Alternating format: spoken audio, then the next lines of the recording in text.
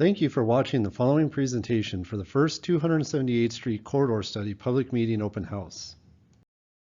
The mission of the South Dakota Department of Transportation is we provide a safe and efficient public transportation system.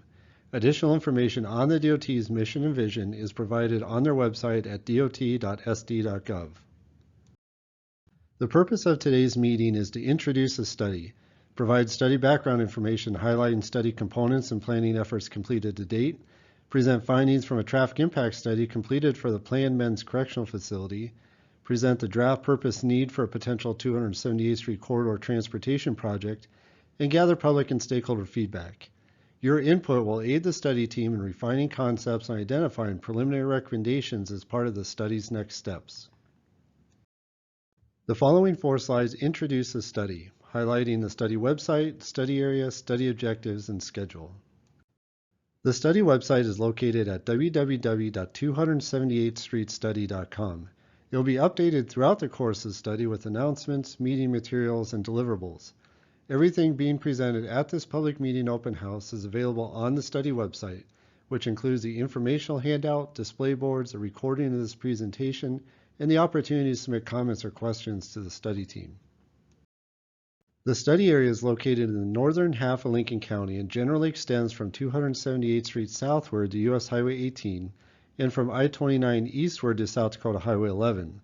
The study area also extends along 276th Street eastward to 481st Avenue. The planned men's correctional facility is located in the northwest quadrant of the 278th Street and 477th Avenue intersection.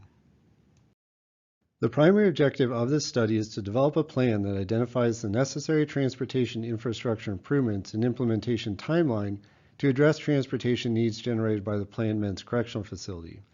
Supporting objectives include to determine future traffic volumes generated by the planned men's correctional facility, to analyze traffic operations and safety, develop and evaluate concepts to address potential operational needs, develop recommendations for 278th Street corridor modifications, and create final products for the DOT, which will provide guidance on how to implement recommended modifications. The study is anticipated to last just under 12 months. It began in summer 2024 with data collection and analysis, and we are currently in the early stages of developing concepts for the 278th Street corridor. Following this public meeting, we will refine and evaluate concepts and identify preliminary recommendations. We will host a second public meeting open house in early spring 2025 to share preliminary recommendations ahead of drafting and finalizing the report. Moving into the second section of this presentation, the next 3 slides provide background information related to the Northern Lincoln County Corridor Study, environmental considerations, and the planned men's correctional facility site assumptions used in this study's analysis. In early 2024, the South Dakota Department of Transportation completed a Northern Lincoln County corridor study that developed long-range plans for the Highway 11 and Highway 115 corridors north of US Highway 18. The study determined recommendations along both corridors to facilitate the DOT's planning for and programming of future projects. Traffic forecasts, analysis findings, and recommendations were carried into the study for further consideration and refinement. Key environmental considerations along the 278th Street corridor are shown on a display board with an example here on this slide. As part of the study, an environmental scan report will be developed to identify and complete an initial consideration of potential transportation project effects to residences adjacent to the project, noise level changes, and impacts to farmland, wetlands, streams, and cultural resources. An illustration of potential access to the men's correctional facility and proximity to adjacent roadways is shown on this slide.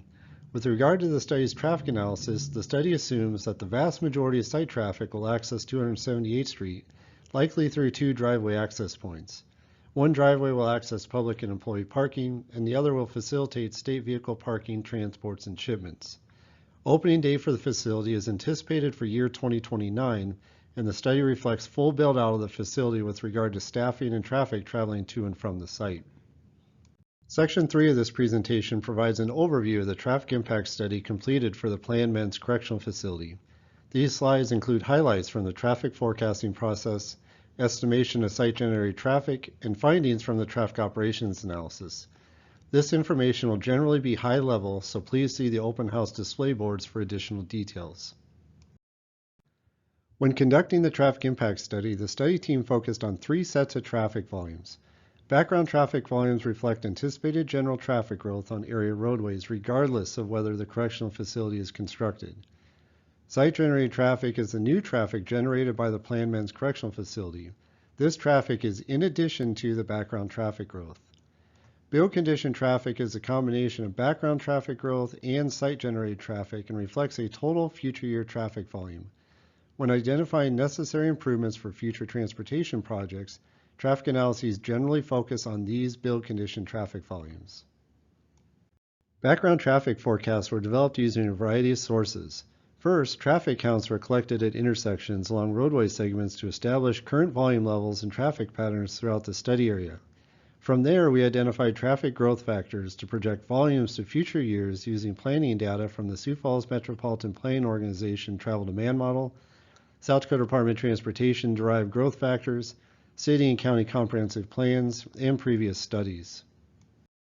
Future year background traffic volumes were developed for 2 timeframes, which include year 2029 for opening day of the planned correctional facility and year 2050 for the study's planning horizon.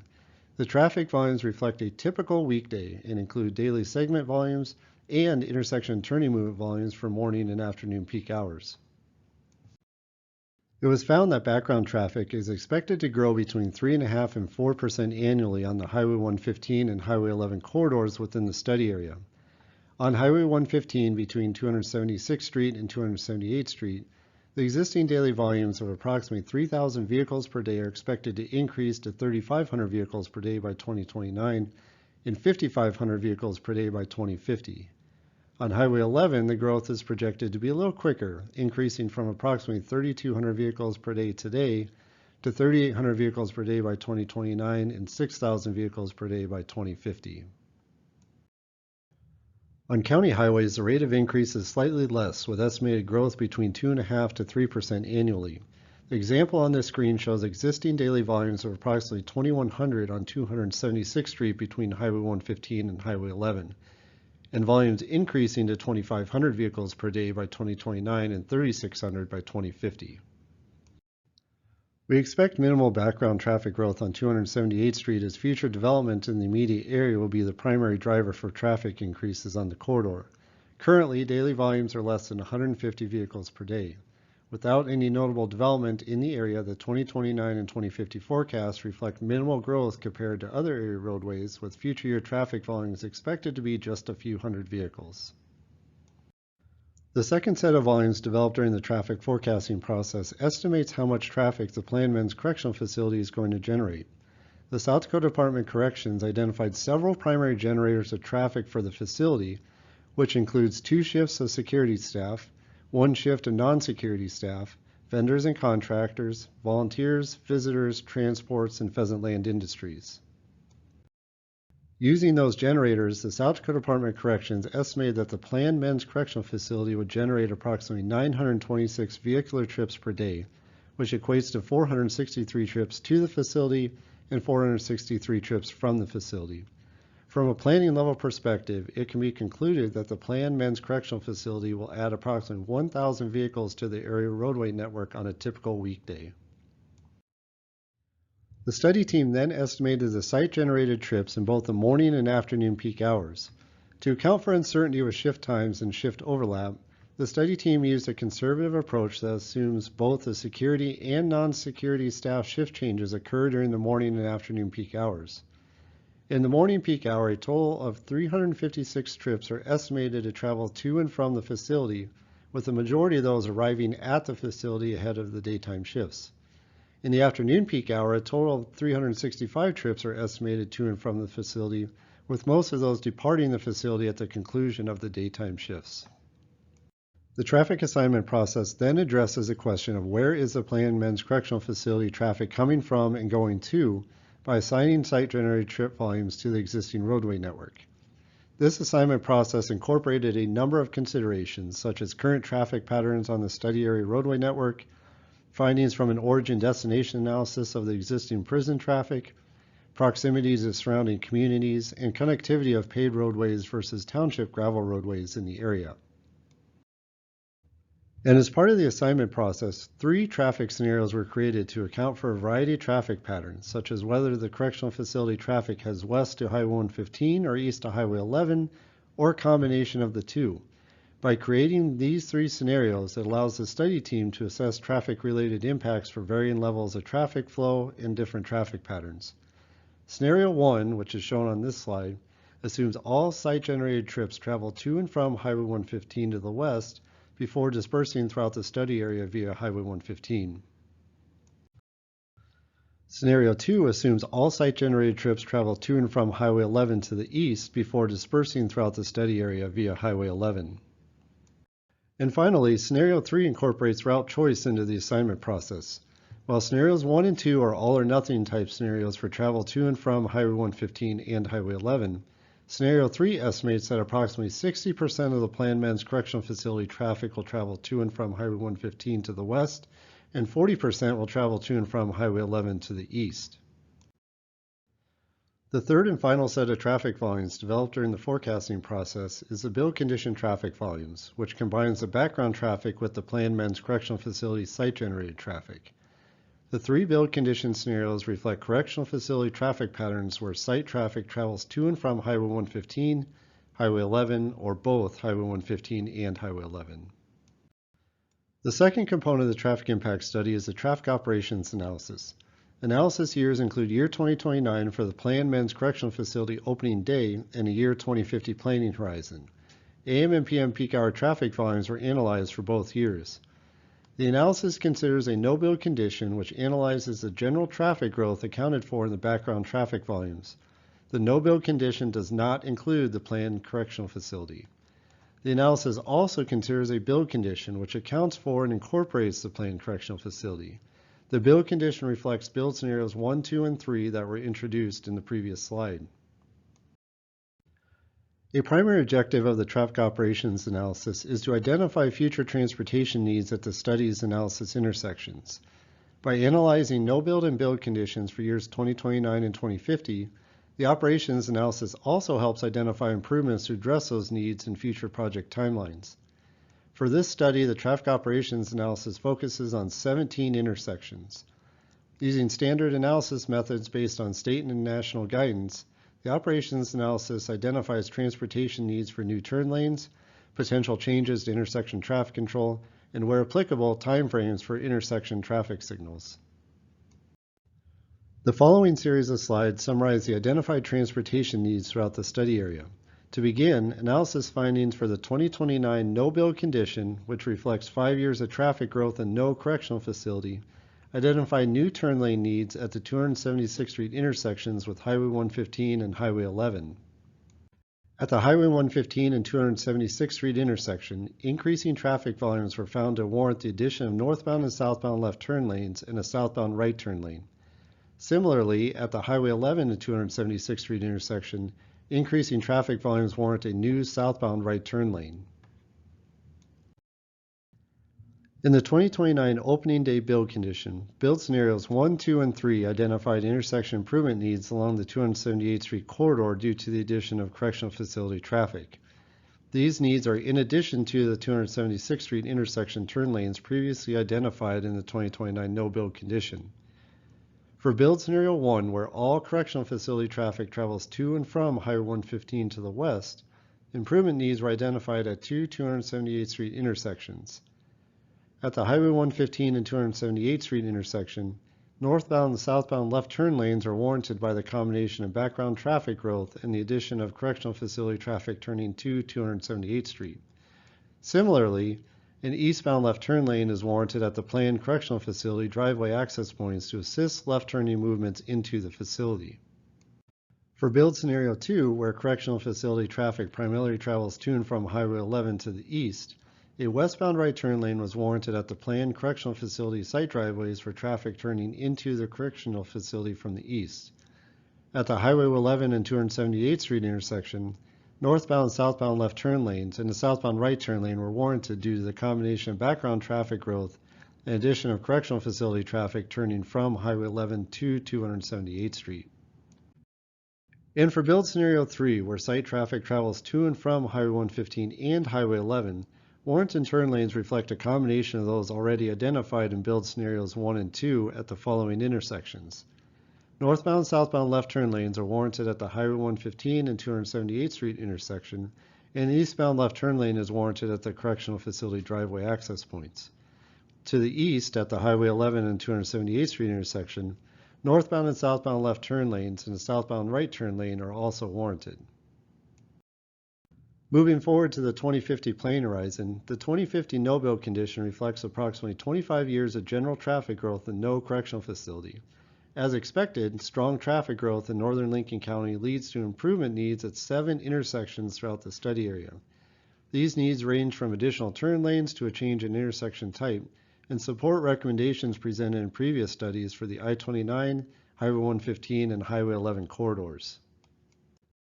The identified needs within the 3 build scenarios in year 2050 generally center on continued improvements at the higher volume intersections throughout the study area due to capacity deficiencies. Potential solutions to address these needs often include more significant modifications, such as changes in intersection traffic control or intersection type. There are a series of display boards that highlight potential solutions to address the identified transportation needs. For each of the 3 build scenarios, these boards track the progression of improvements and illustrate how the improvements build upon each other, moving from the 2029 no-build condition to the 2029 build condition with the planned men's correction facility, and then to the plan horizon with 2050 no-build and 2050 build conditions. These recommendations provide options for future consideration and may entail new turn lanes and options for different intersection types, such as stop signs, traffic signals, roundabouts, or reduced conflict intersections, or RCIs. Another part of the traffic operations analysis is determining whether 278th Street should be paved or maintained as a gravel road. The question on when a gravel road should be paved is generally a function of daily traffic volumes, maintenance costs, and other roadway costs. As traffic volumes increase, the cost of maintaining a gravel road also increases due to increased frequency of grading, gravel resurfacing, and surface treatment applications. Although each roadway and traffic type is unique, the generalized guidance relating to traffic volumes and surface types shows gravel surfacing is adequate for traffic volumes less than 150 vehicles per day. For traffic volumes between 150 and 400 vehicles per day, the gravel surfacing should be monitored and paving should be considered when maintenance needs become challenging. For traffic volumes greater than 400 vehicles per day, an evaluation of surfacing options should be considered, which includes a paved roadway. Comparing these gravel road thresholds to the 2029 opening day build condition traffic volumes, it is found that the combined 278th Street background traffic plus correctional facility site generated traffic is expected to exceed 400 vehicles per day in all 3 build scenarios. Thus, the recommendation is to pave the affected segment applicable to each build scenario. For build scenario 1, 200 vehicles per day of background traffic plus the estimated 1,000 vehicles per day of site generated traffic results in approximately 1,200 vehicles per day traveling between Highway 115 and the planned correctional facility. In this scenario, it is recommended that 278th Street be paved between Highway 115 and the planned correctional facility. In build scenario 2, a similar combination of background traffic and site-generated traffic results in approximately 1,200 vehicles per day traveling between the planned correctional facility and Highway 11 to the east. Therefore, for build scenario 2, it is recommended that 278th Street be paved between the planned correctional facility and Highway 11. In build scenario 3, where traffic is estimated to travel to and from Highway 115 and Highway 11, the addition of background traffic and the split site-generated traffic is still expected to exceed the 400 vehicle per day threshold for considering a paved roadway. In this instance, the combined background plus site-generated traffic is estimated at 800 vehicles per day to and from Highway 115 to the west, and 600 vehicles per day to and from Highway 11 to the east. Based on these findings, 278th Street is recommended to be paved between Highway 115 and Highway 11 for build scenario 3. Under NEPA, we are required to define the purpose and needs of the project, which will be used as a basis for selecting alternatives. The purpose explains the problem that is to be solved by the transportation project, while the need elements include the data that substantiates that problem. This purpose and need statement explains to decision makers, the public, and stakeholders why the transportation project should be implemented. This 4th section presents a draft purpose and need statement for a potential future transportation project. The project definition entails transportation system improvements needed due to the construction of the planned men's correctional facility. The logical termini or rational endpoints of this potential transportation project include 278th Street from a Highway 115 to a Highway 11 and 276th Street intersections with Highway 115 and Highway 11. The purpose of a future transportation project is to improve the transportation system to accommodate the traffic generated from the planned men's correctional facility. And this project is to address the transportation needs related to development, including the planned men's correctional facility and traffic capacity. Preliminary 278th Street roadway and intersection concepts were developed to incorporate findings from the traffic impact study and begin visualizing what those improvements would entail. This fifth section provides an overview of a conceptual 278th Street typical section, alignment options, and intersection configurations. Please refer to the display boards for additional information specific to each build scenario. The preliminary concepts modify 278th Street to a paved surface. Design guidance appropriate to the future roadway will be selected as part of the study's next steps, where we will determine corridor design speed, shoulder width and surfacing type, and roadside ditch geometrics. The existing 278th Street section consists of a 22-foot wide gravel surface, roadside ditches, and 66-foot wide right-of-way, with an example shown here looking east from Highway 115. Currently, LaValle and Dayton Townships have jurisdiction of 278th Street segments between Highway 115 and Highway 11. A conceptual paved roadway section for 278th Street is shown on this slide and includes 2 travel lanes, outside shoulders, and roadside ditches. The minimum paved width is 24 feet. For each build scenario, 2 278th Street alignment options have been developed thus far. The first option includes a straight alignment, where an improved 278th Street is centered on the existing section line. This results in generally equal roadway impacts to properties on both sides of the roadway.